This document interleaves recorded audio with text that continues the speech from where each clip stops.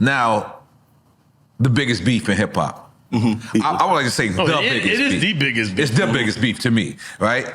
It's the biggest battle lyrically to me. so far. Yeah, even though it is other than this Fowler or whatever. But what I'm saying is that's the loudest for sure. Content-wise, this is all over. This is everywhere. When you account that we're in a social media age, like it's just the way it's just gone is crazy. From you being Kendrick's friend, how do you see that timeline of how this happened? Like, because it couldn't have started with the Future record. It couldn't have started with that. It's just like 10 years old. So as a person that doesn't know, do you know the timeline of I don't think there ever was a beef. I just think it's still not a beef. It's a rap competition. That's what I meant. Rap, one of the lyrical scrap. Let's call it beef. Let me reiterate what I said. One of the what is it called? One of the illest rap competitions ever to come to our game that I've witnessed. Yeah. So you knowing the timeline, being insider, that's where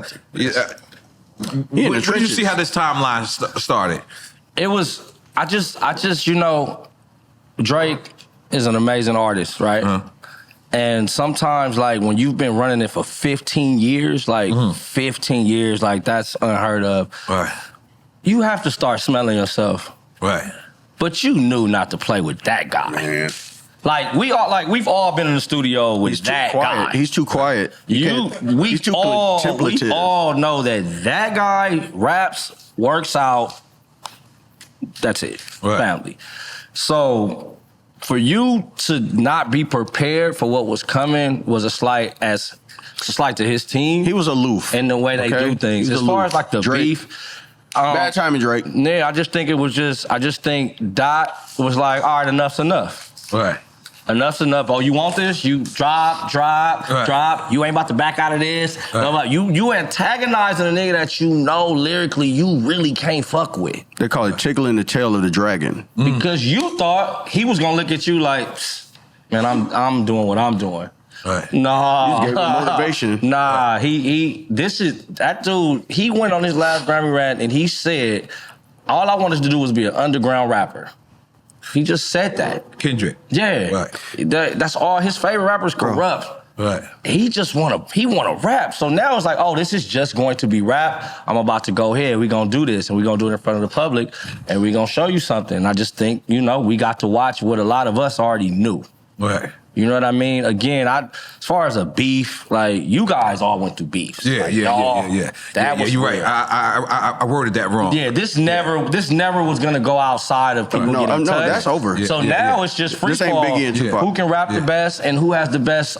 In this time, it's about strategy and release and album covers and who said something. It's not just the raps. You get what I'm saying? Right. So just strategy-wise, you know, we watched TDE run this bitch for a long time, and now PG Lang. For you to not be prepared, it just says that you must have forgot who he was aloof. He thought he was playing around. He thought that Kendrick receded.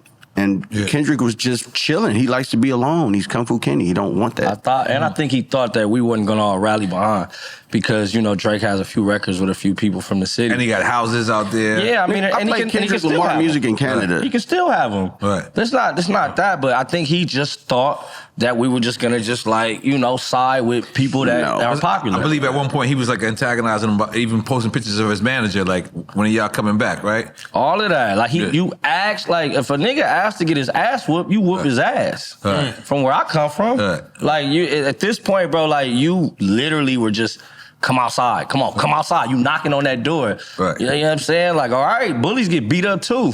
Because a lot of people were surprised. So you telling me you wasn't surprised at all? Not bro. Even the least. Man, dude, you knew this was going to happen. Listen, man. It's just some guys they talk. know. Right. Motherfuckers be some guys you just know, just like, because, like, bro, I've never seen somebody in the studio just, all right, let's go. And then you think they're just gonna lay like 4 bars or like 8. This nigga lays the whole song with them weird voices, with the stacks. It's like, bro, did you have this already written? And this was in 2010 he was doing this. This was pre-bag. Right. And that's with distractions. He wasn't as, you know, as zen as he is now. Oh yeah, bro. It was so dope to watch, you know, Compton do it again. Nigga. Right. I tried to get him a deal with EA Sports because when they heard the song that he was on that I produced for NBA Live 10, they wanted him. Wow. And I'm looking at J-Rock like, bro, what are y'all gonna do with this guy, bro? This man's voice is crazy. I produced him, and I was like, how do I pay him? Like, who do I pay for this guy? Like, he's the price when EA Sports, I'm getting chills thinking about it. Corrupt, MERS, we did this theme song for NBA Live 10. And they heard it and they came back. My lawyer was like, David, they want to double the price and they want to buy the. I'm like, whoa.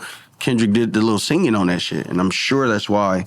So I go way back with him, like before he got his deal and all that shit. When he was doing Section 80. So. That's funny. I love that guy. I'm sorry. No, but like the way, like everybody not from California kind of rallied with Drake was a little interesting to me. That nigga's a foreigner, bro. Yeah, but and it's so interesting to watch. Like, I get New York niggas and Atlanta niggas all in my goddamn comments and DMs like, you stupid, he's this. And I'm like, bro, not even from America. This is crazy to watch. But let me people ask you tell me a some little crazy uncomfortable shit. question. Let's rock. Because on the new album, you got Game on there a lot. Yeah. Something that I saw personally, like just me just strolling in the net, was a lot of California people critiquing Game for like jumping out there and actually like, I don't want to say defending Drake, but like taking up his part of the Ross beef. Yeah. So a lot of California people critique. Game is personally my friend. And he's one of my dudes I looked up. I think is one of the dopest lyrical people out there. Yes. But I'm just asking you this as a Californian, you know what I'm saying? This is on your side, so I won't be able to. I'm not qualified, you know what I mean, to decipher this. So speculate. Yeah, speculate. We all love Chuck. We love Chuck. Chuck is gonna be Chuck. Game is the reason a lot of us are able to move around in this business. He sold a lot of records. We all know Chuck. That's our dysfunctional cousin, bro. He gonna do what he want to do when he feel like doing it, and we love him. And we may be like, fuck Chuck sometime, but can't nobody else say it. Yeah, nobody and that's else how at that's all. gonna always be. Like, but bro has been here before us, and he's had a voice longer than us. And if that's his opinion, man, he's a man. He can have that. Like, he told me, like, bro, you know, Drake, get my kids concert tickets and do all this shit. I can't just like in that relationship. And for him, that makes sense. And then I'm full supportive of Game. He's on the album. He gonna be on anything else I do.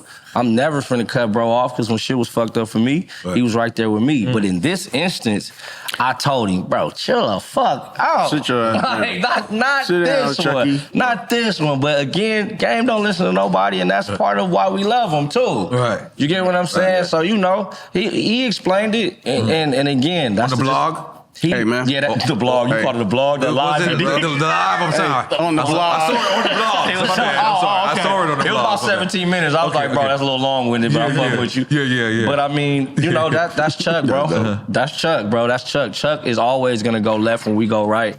Right. But we kind of expect that, and you know what I'm saying. So shout out to Game, man. Right, that's He's antagonistically brilliant. Thank you. Right.